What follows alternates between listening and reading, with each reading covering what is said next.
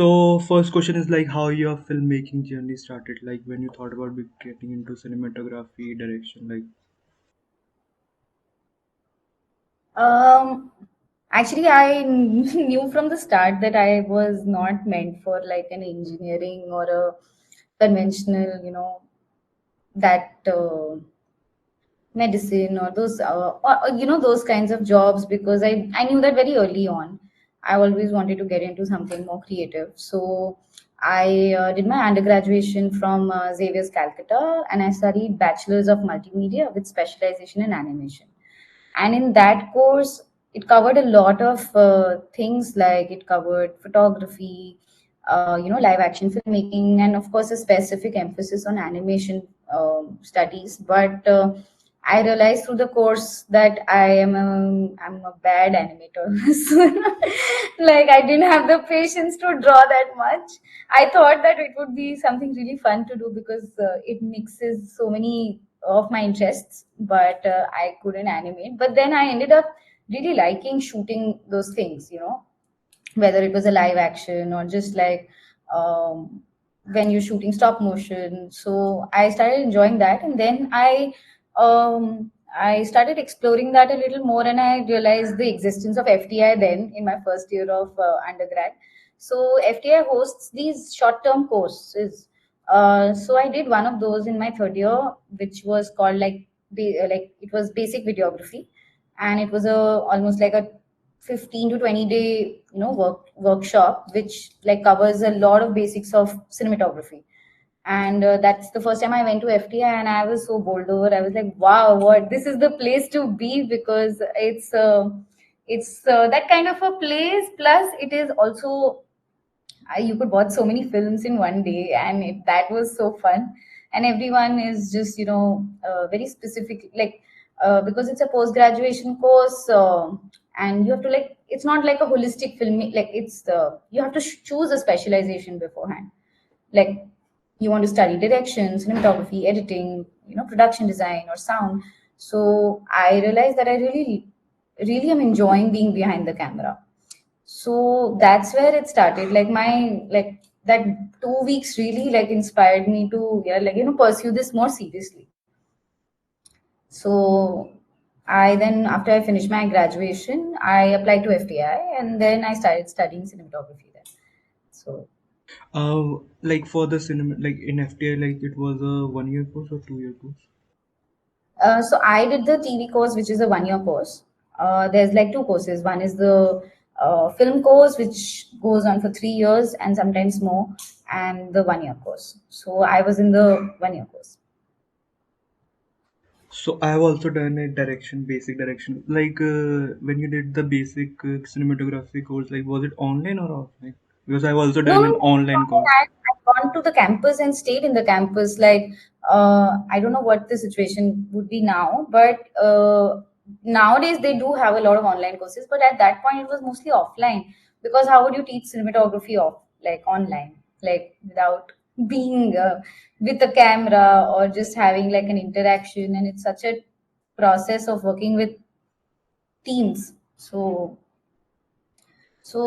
you did it online, but direction you can still have a Like scope it for, was a you very know. small course for 4 or 5 days only. Oh, okay, okay, Basic direction nice. course. So like FTI has very less seats. Like 10 seats are there, or how many seats are Yeah, there? So if yeah. somebody wants to apply this, or how they can crack the exam because you have done it. Now the pattern has also changed, because now when I had applied, FTI and SRFTI were not holding like this joint examination. When I applied, you had to apply to both the universities, like both the institutes separately. Now it's a, like, now you get like a rank, and according to that rank you get SRFTI or FTI, I think. But when I applied, it was just I applied only to FTI, and yeah, I got in. It was unbelievable also. But if someone wants to get in, I mean, my 2 cents on it is that if you enjoy filmmaking, you will watch films, right? You'll watch a lot of films, and that's one thing that I think I did, which helped me crack that exam, is that I really was watching a lot of films. And I was very enthusiastic about writing about those films also. I used to be like, okay, how did this happen? How did that happen? And I would read a lot about the process of how somebody, made what they've made, like watching a lot of YouTube interviews with, great filmmakers. And yeah, just like an overall interest also, like in knowing much deeper about filmmaking, not just like random watching, but actually studying or just analyzing what film you saw and what you liked about it. And those things were something that were kind of my practice also, and it still is. So I think the one thing that anyone who applies to FTI should do, because that's what like watch a lot of films, like what watch a lot of good films, and films that and cover like the history of film, or the kinds of way, like you can study the Italian neorealism, or you can study the French new wave, you can study the American, the Hollywood system when it had come up, the black and white films then, and Iranian films. So you can, study a little bit in depth about those things, can really help you have an edge when you write. I saw a film before I went to the exam also. I mean, So, like, where was so your exam center? Because I have gone. I so I'm from Jaipur. Okay. So my exam center was in Jaipur only. So for Yeah. cinematography, like for sound, there is you have to go to non-medical background. You have to come from non-medical. Like for cinematography, is there something You have to have physics in your 11th and 12th standard. for I'm not cinematography? sure if that is still the prerequisite for like going into the exam, because I applied in 2015. So it's literally been 10 years. So Abhi, I'm sure a lot of things might have changed. But I guess physics was like the one thing that you need to have in your like in your plus 10 plus 2. So So you have done cinematography and you have also assisted a lot. So yeah. what was your experience in assisting, and if somebody new wants to assist, like how they can approach a cinematographer? So because there are a lot of workshops that happen in FTI where industry professionals come and teach you. One of my professors, Alphonse Roy, um, he's a really great cinematographer, and he came for a workshop, and he was teaching us for like 10 days or something. And then it was a really fabulous workshop, and after that he told me that, okay, you finish your course and then you get in touch. If I'm on a project, I mean we'll take you in that team, in the cinematography team. So that's how like my first gig came about, because we already were learning under them, and then they were like, okay, when they are going on their next project, they'll hire you. Otherwise, the process remains the same, that you approach cinematographers and you figure if they are looking for somebody in their team to join, or for as an intern, or as a third assistant, and or just go to film school and have a reel of your own also. That also really helps. But it how it happened with me was very organically, because I mean, after I finished my course, I called him, and then we worked on some projects together. And I think FTA has been very helpful for your cinematography journey. So, if somebody wants to go to film school and become a cinematographer or filmmaker or editor, like, does it help or it doesn't? Like, not I'm What? not talking about FTI. Like, I'm talking about like private schools. Like, if they want to go to a film school and they want to join, like, does it really help to go to a film school, or it doesn't help? It helped me because I met the most incredible people who are my dearest friends. I met so many collaborators. I also saw the most amazing films at FTI. I learned so many things, and there are people from all parts of the country there, right? So for me, coming from Rajasthan, and then not being really like exposed to that range of people, really opened my eyes to the world also. That I was working with people who don't speak the same language, and then English becomes your common language, because like someone's coming from Kerala or someone's coming from Assam, and we and I speak Hindi primarily. And it really helped, because it was so fun to get to know so many different kinds of people there. That was my favorite part about FTI, like the people I met, the incredible people that I met, really. And that's why a film school can be a really good um, space to go to, because you can meet so many like-minded people, also so many people you can collaborate with, and the space gives you that, you know uh, it's a space for learning, right? So you don't have the external pressures of earning money at that point, and you can just focus on developing your skill sets. So a film school can give you very good, that groundwork to make films. Like you can make mistakes, and which you won't get to make if you are on like a professional shoot, and you're being paid for it, and the pressures are different. But when you are studying, you're allowed to make mistakes, you're allowed to learn, and you have so many resources at hand to learn in FTI or any film school. Like I'm not like I mean, you can go to any film school, but there will be some resources that you would otherwise struggle to get outside. So if, like, even for a director, because you will have to go, if you're a director and you're at FTI, you'll have to make films, right? You'll have to make a documentary, you'll have to make a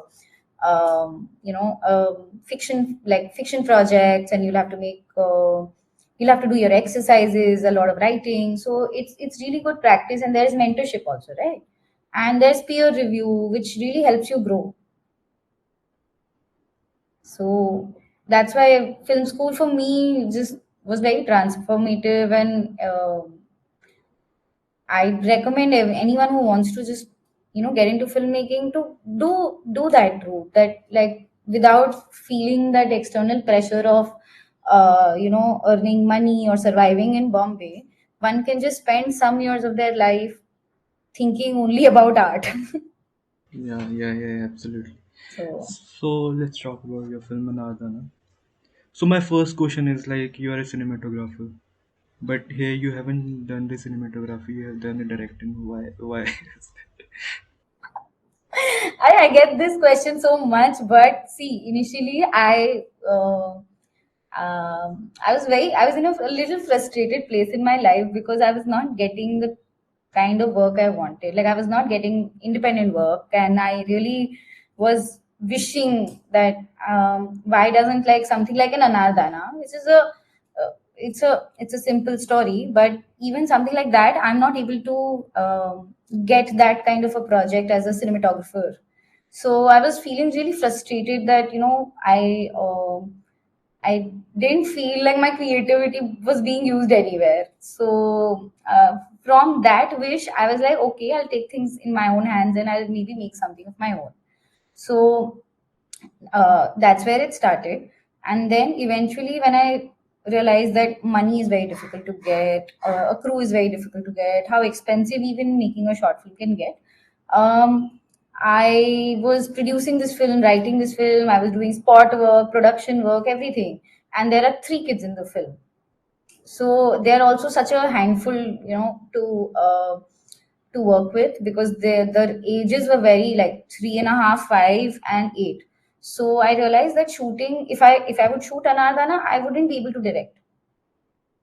So my partner only shot the film. So my partner shot the film, and he was the only person in the camera team. Basically, we had discussed everything to such detail that the least I spoke to on shoot was him, because he knew exactly where I was coming from, what I was trying to make, and eventually it worked out very nicely, that I didn't have to worry about this, how the film looks and how it's being shot, because otherwise I would be too stressed about if I'm lighting it right and not get the scene, or if I got the focus right, or if the operation was right.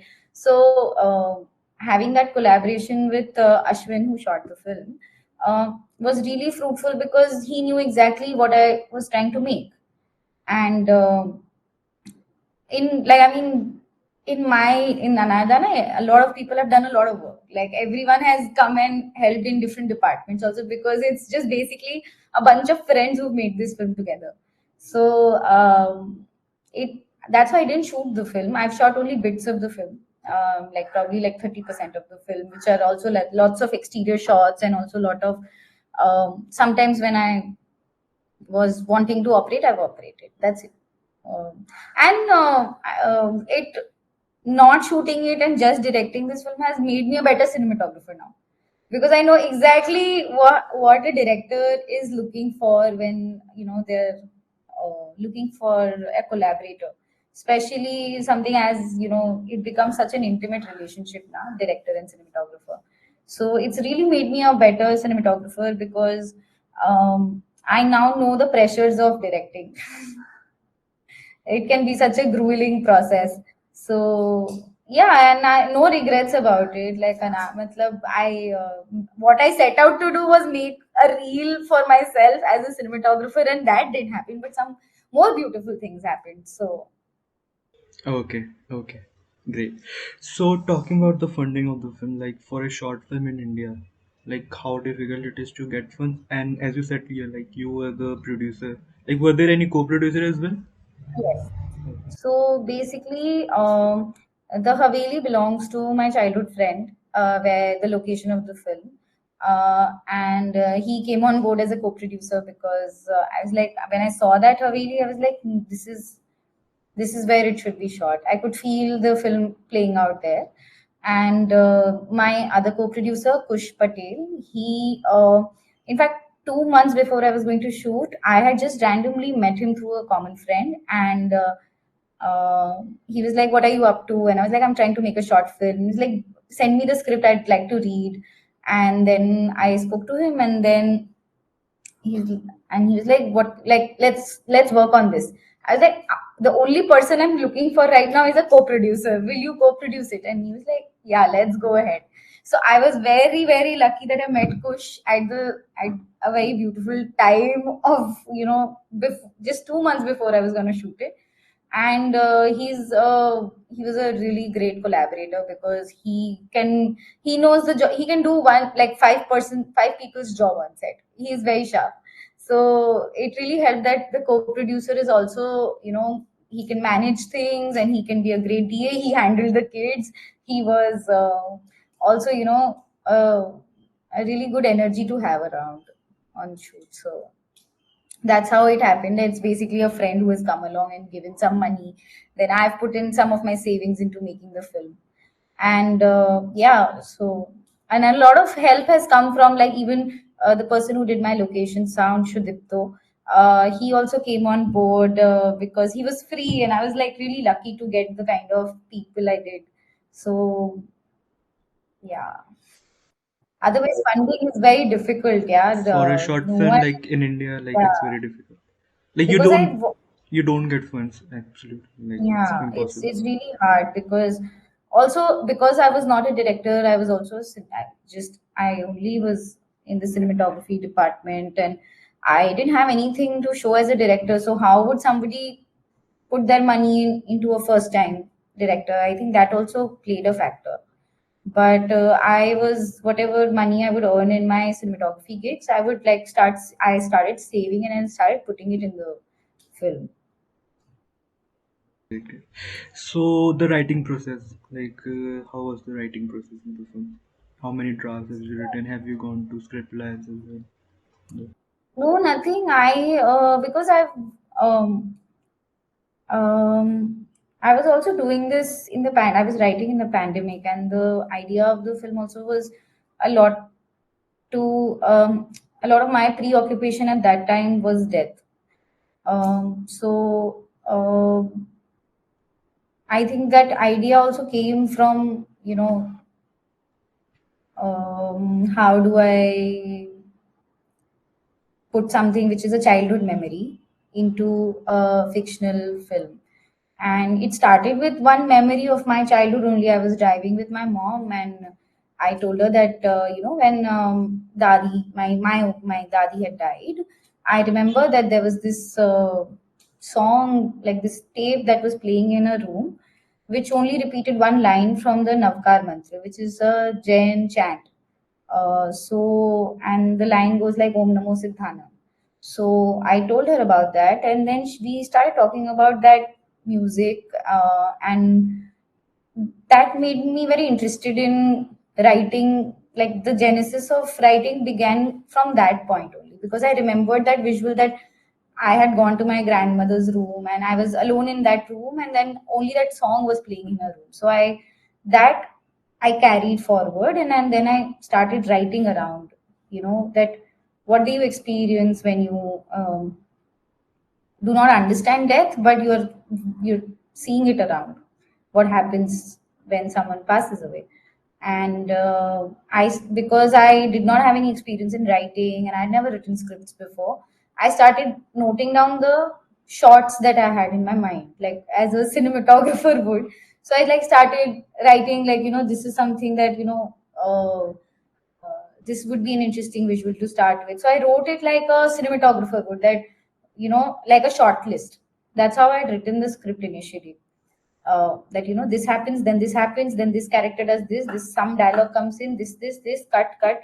So then eventually, when because I was working with friends and who are all basically my cinematographer, production designer, editor, or all my great friends. So I started sharing it with them, and they were like, no, you need to write it in a script form. So I started like then learning a little bit about how to put my ideas into a cohesive form which everybody in the crew could understand, because a shortlist will not give them ideas on what what the film will be about, right? So then I started developing that, and yeah, it was a lot of drafts, because initially what I had set out was gonna be a bit more of a memoir than like, or like a memories. But then I realized that that's just too indulgent. So I had to figure a way to make it into a beginning, middle, and end of a story. What happened, like, how do you close loops? And these were things that I was just learning and I was experimenting, and there were, luckily I have some really good collaborators who gave me great feedback on how I could do that. Like every draft, my collaborators on this film have chipped in their ideas, that hey, maybe this part you could do this, and maybe this is how the film can end. But I always had that location also in mind. Like I grew up in Calcutta, where I also grew up in a like a chawl kind of a place. Firstly, disclaimer: this is not my house. this this Yeah, is my your friends, this is my friend's house. the So co-producer. yeah, I'd initially wanted to shoot it in Calcutta, but then I visited the house that I grew up in, and that had been converted into a go down. So that chance was out, and I always planned to keep that essence of my childhood of living in a place which has a center chalk. So I always wanted that film to roam around in circles in that place. So the location also was informed by my childhood, but it was also visually exciting for me to pursue. So that's how I started. Like everything, a lot of it was informed by how I remembered things, but then it was later fictionalized to a really high extent also. So how long was the writing process? How many months or years? More than the writing process, though, I think just I don't know about like I did not Before like shooting, like for before process shooting, one having needs practice. This is my first film. For process, I don't have a process. I have done a lot of this with intuition. I have before shooting, having a script, like how long was it?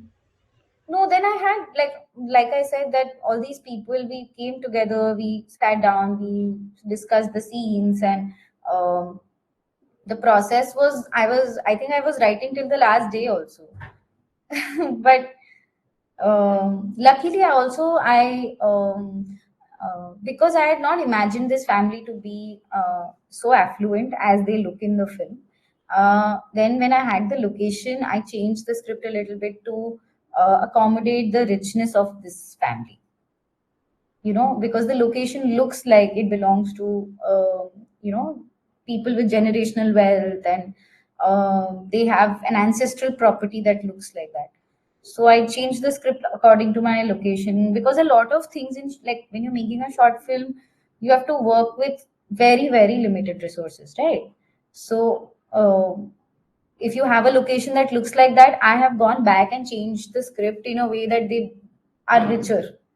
Um, Even with the actors also, when I found Veda, who plays Guddal, uh, initially my idea was not Guddal to be this kind of a person. She was slightly more calm. But when I met Veda, and when I realized that she's such a good actor, at 5 years old she is such a good actor, I have tweaked the script to fit her. And I have tweaked, like, if depending on who I was able to cast, I have tweaked the script till the last day, because after I cast her, I realized that for the kids to act, it's, if their natural personality is like that, they will look more natural on screen also, because they're too young to be trained to act. Like, how do you make a 3 or 4 year old, do something other than be themselves? So that also, in the writing process, I changed a lot, because Veda was a certain kind of a person. At 5, her personality has been infused in the film, because to play to her strengths, basically. Yeah. So So there's no how? problem. Okay, okay. I think a lot of it has happened with intuition, because I was like, yeah, matlab, ऐसे, this wouldn't feel nice. This wouldn't feel right. Let's change the script to fit these people also a little, and also helps that I hadn't directed before, so I didn't have any preconceived notions that this is how things are supposed to be. So I was like, no, this is also fine, as long as I'm getting the shot, or I'm getting the scene that I wanted. uh, Even with those changes, the essence remained the same.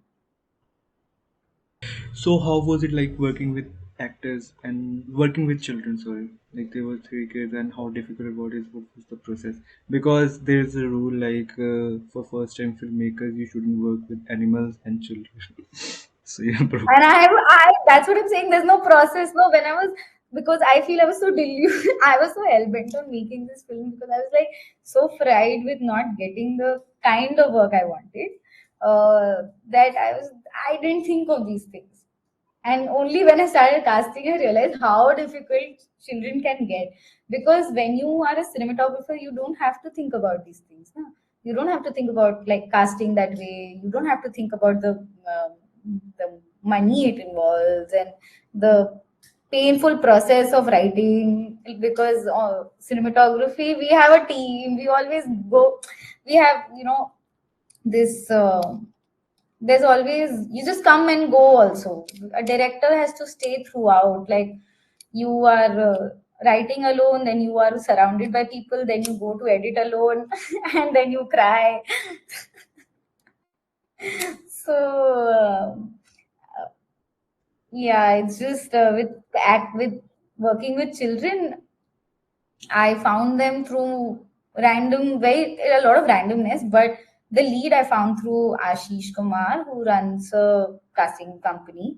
So he's my friend. So I asked him that, I'm making this film, and I really want to figure, and I only had a certain amount of budget to get someone from outside Jaipur, because it was such an added cost, right? So to get someone from outside the city, and you have to pay, like, the money involved is so high.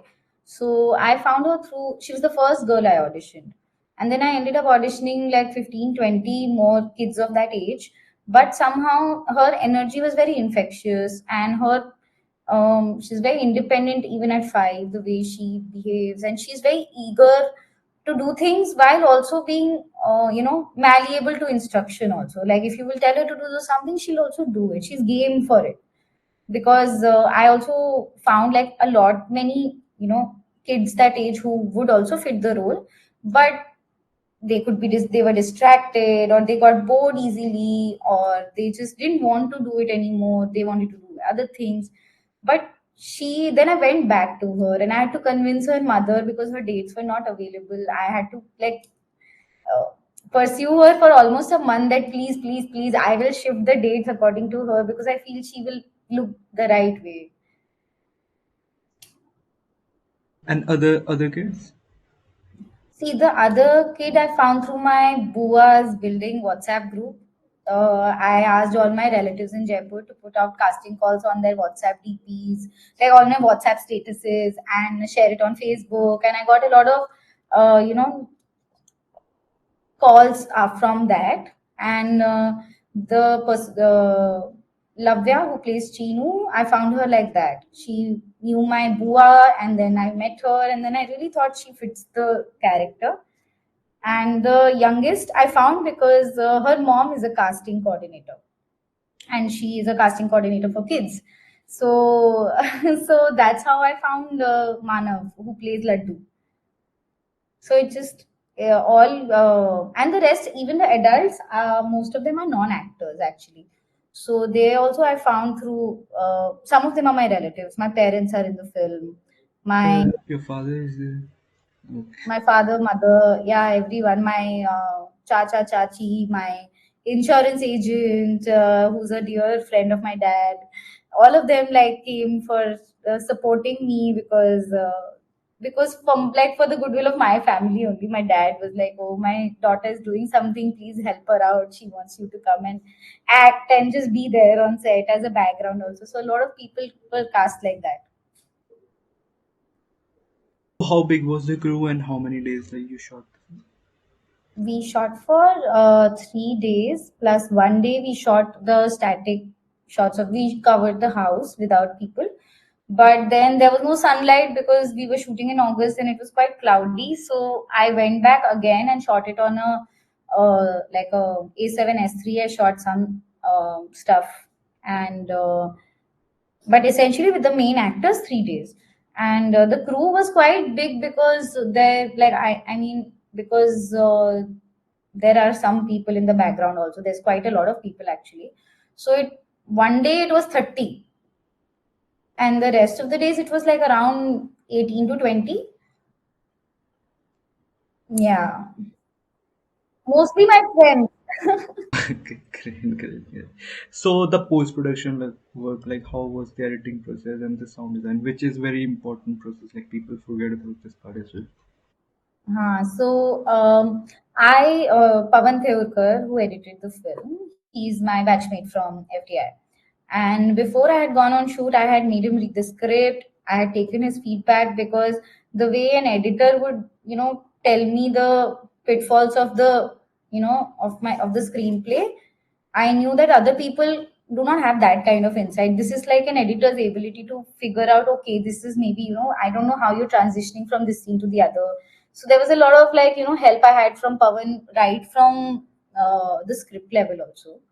And the editing process was extremely painful and cried a lot because it's very difficult to sit and watch what you have done because also with kids performances were very hard to pull. Sometimes they don't want to act or they don't give you the right you ask them to stand here, they go and stand there. So my like me and Ashwin, our short division also, we didn't write our short division like that. We had to be very organic about it. And that I knew from the start, even as a cinematographer and also working with Ashwin, that we won't be able to like let's say you know choreograph it to the T because kids are they don't naturally respond to environments the way we do. Right? Like if you tell an adult actor, they will do what you want, but a kid will be like, no. If I gave her a toy, she's like, I don't like this toy. I want another toy, and she'll bring out the most random thing to play with. And I was like, okay, go ahead, just give me the scene, which is what happened in the last scene that I wanted her to have another toy, but she's holding something very random which she found in the Dadi's room. So even when our short division, it was mostly like we'll shoot the wide, we'll see how they respond to their environment, where they move, how they move, and then we will cut.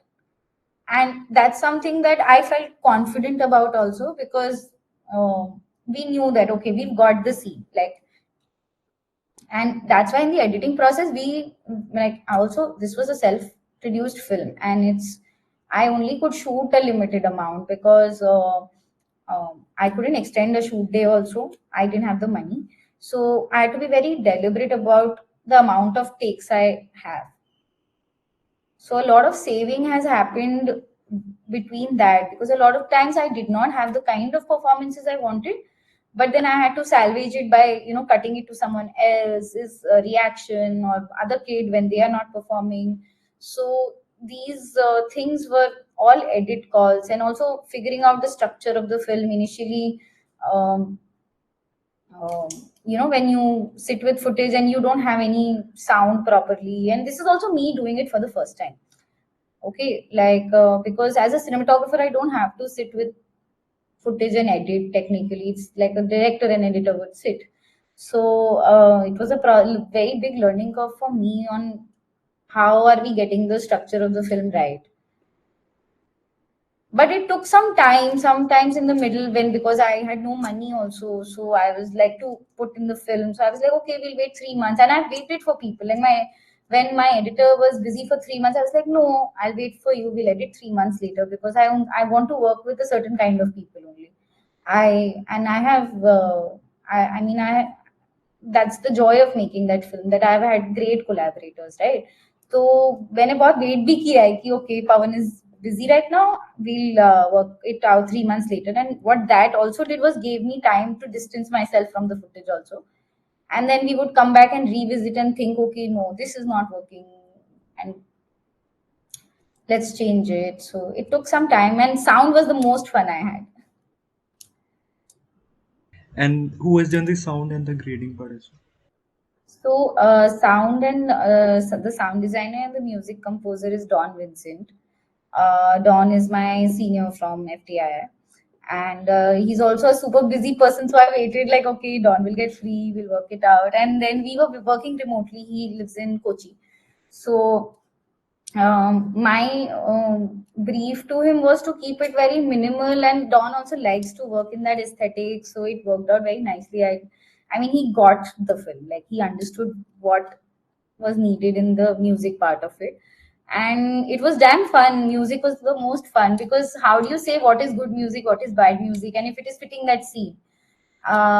But we worked it. It was nice. It was very intuitive also, that maybe it's sounding too sad sometimes, or it's sounding too addy, or like it sounds like we are in a children's ad.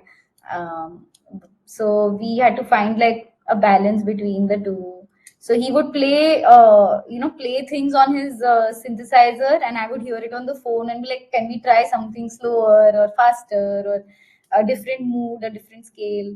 So, and mixing was also amazing. It was great fun, because Robin from DNB Studios did it, and it's the most, it's the best part of making a film. Sound is sound design, when like, and every step you see the film evolving after that, because when till you have set the structure and you are okay with the edit, and then you realize, okay, your dialogue cleanup has come, oh wow, nice. And then your foley comes in, I was like, wow, what happened? And then I was like, okay, now some music has come, oh, this actually can work.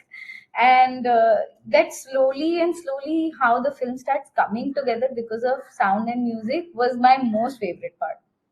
Literally, it's just more, it was the most fun I had. I think sound is the sound can change a bad film or a good film. Like you will see a Yeah. mature film and a professionally made film with sound. And sound I is like also got the film's the score of the film is it's a half an orchestra live recorded. I Don made the music, and then I was like, is there any way that what would happen if somebody was actually playing a viola and a cello and doing this? And we realized that it's very very expensive. So I was like, okay, how expensive? And then I was like, itna paisa to nahi hai.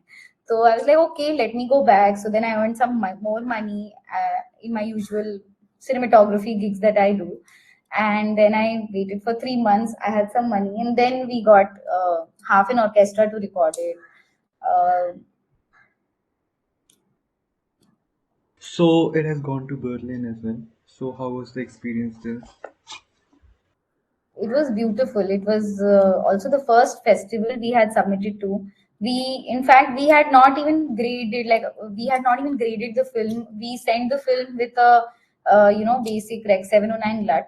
But they Berlinale is quite accepting of work in progress. I've realized, because my end credit design was also not the way it is right now. The final one, it was super basic at that point, but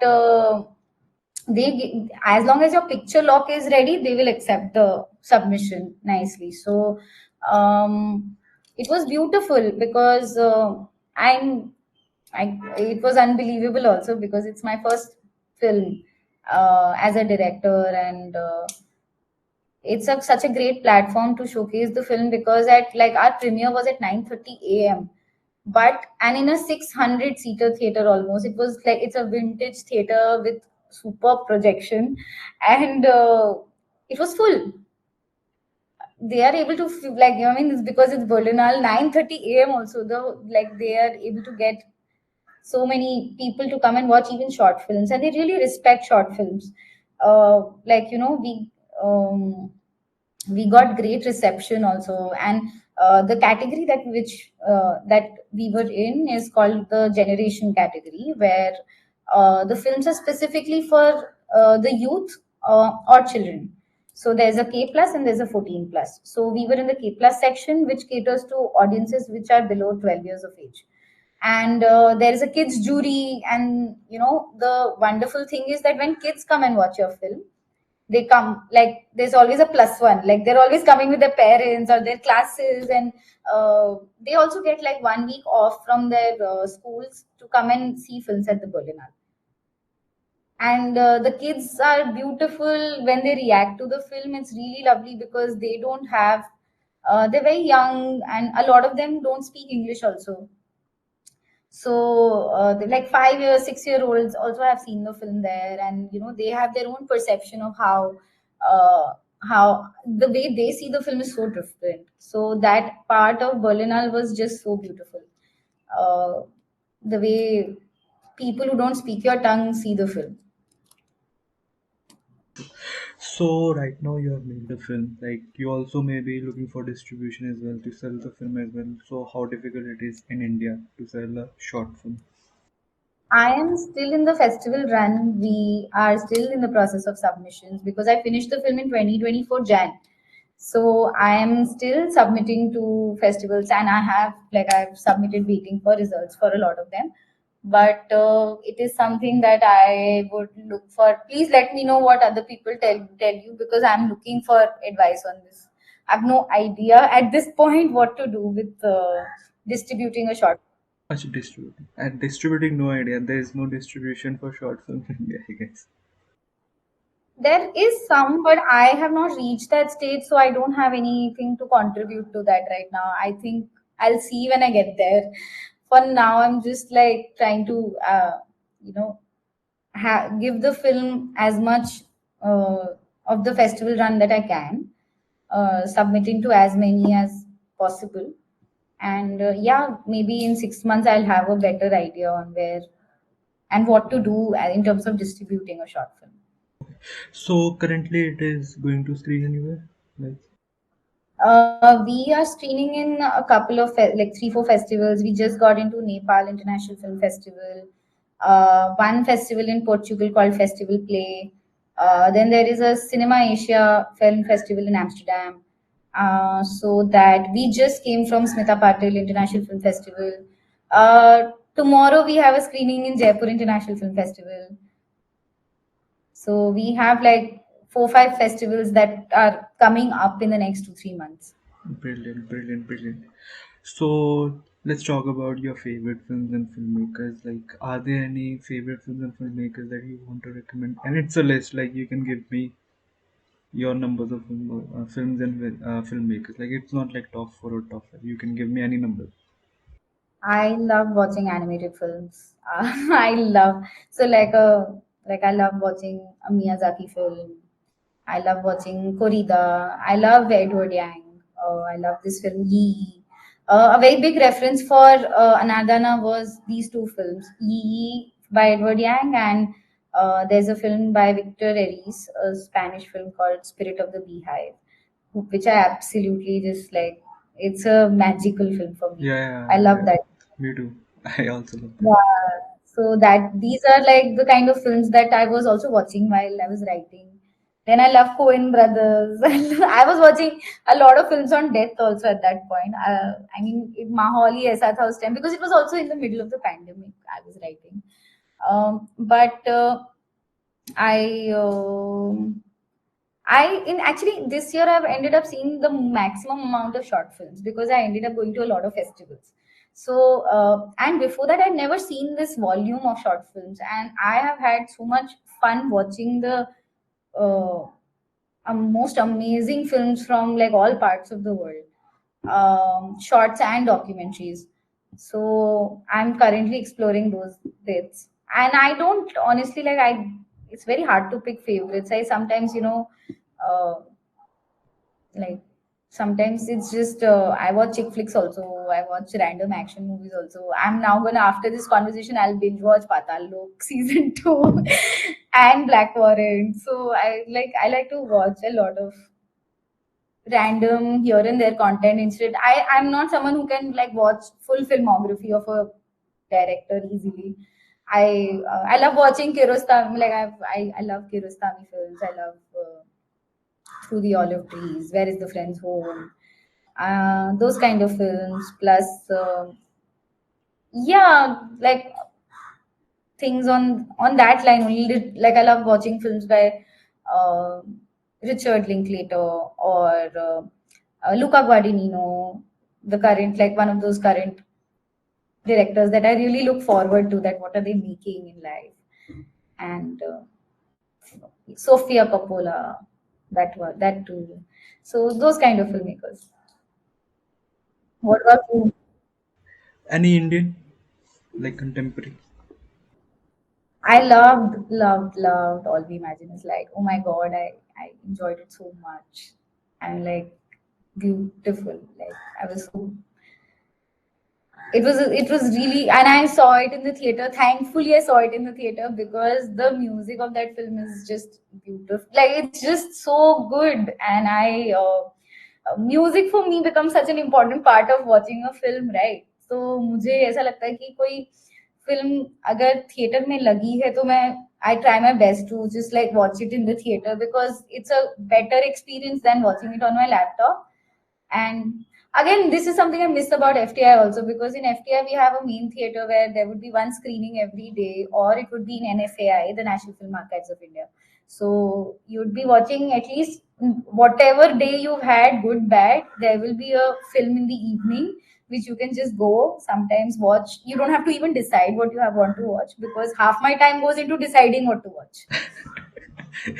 Yeah, yeah, true, true, true, true. So So, have you like you're also from FTI? So, have you met Payal like during the institute? Payal was in FTI when I was there, but Payal was also, yeah, she was in the process of me. I think she had just finished making Afternoon Clouds when we were. Uh, she's a super senior. So, but I really enjoyed All We Imagine. Is like I mean, I wish I could think of more films, but अभी recently तो मुझे यही याद आ रहा है कि some film that I've really just been very happy to watch. The way she's designed the film and the way Riku has shot it, just So, like, what's next? Filmmaking or cinematography? Like, in future, you want I'm to so do? plugging it in with this podcast that I'm open to shooting films for other people right now. I would love to be a cinematographer for some time, but hopefully direct something. Like I would like to do a little more practice, honestly, because Anaar Daana was genuinely an attempt to try something new. Like it was in retrospect also that it was a really good way that I challenged myself creatively to do things that I've not done before. So now I want to like maybe the next film that I want to make, I will actually learn the process of writing than just writing a short list. I would now know what the pitfalls are of working with children or animals. Just So I hope, yeah, I hope I can make like maybe do a little, like I need a lot of practice in direction right now. So maybe do a little bit more of that, while I'm also shooting some short films in the next coming few months. So that's nice. Looking forward to doing that also. And yeah, writing is the hardest part of making the film. So last question, like any advice for aspiring filmmakers, like anybody who wants to become filmmakers, cinematographers, like any advice for them? I don't know what why क्या बोलते Okay, हैं? okay. I'm nobody to give advice, honestly. Let I me feel like like make ज़्यादा it मुझे change. ऐसे ज्ञान देना पसंद नहीं है कि क्या ये कर लो, वो कर लो, What नहीं, worked ऐसा for कुछ you? नहीं है. What worked for you? What Like worked for me was the, like, honestly, the desire to do something new in life. And if you feel like really claustrophobic in the space mentally that you are in, you feel like in a creative rut and nothing is working. I was in that space, but the desire to try something new that I would enjoy and that I would, somewhere my creative energy could be utilized, because that pent up creativity gets very exhausting. That, I want to make something, but what? Because you need like a full team to make a film. You need resources to make a film. But the best thing that I think in I could have done, and I am very happy that this is the crew I will carry with my life. This is like, even collaborating with someone like Mehak for Grade, or Robin, or Dawn, Ashwin, Pawan, all of these people, we've grown together by making this film. So the one thing that I think work for me is that when you're looking to build a team, right, build it with people who care about what you're making. No matter how good or bad at their profession and their talents is something else, because these people were working with someone like me who didn't have any direction, portfolio to share, right? So like my friends have come and really held my hand through it all. So I think the greatest thing that happened to me was that I found really wonderful, find the right people who you gel with to make films.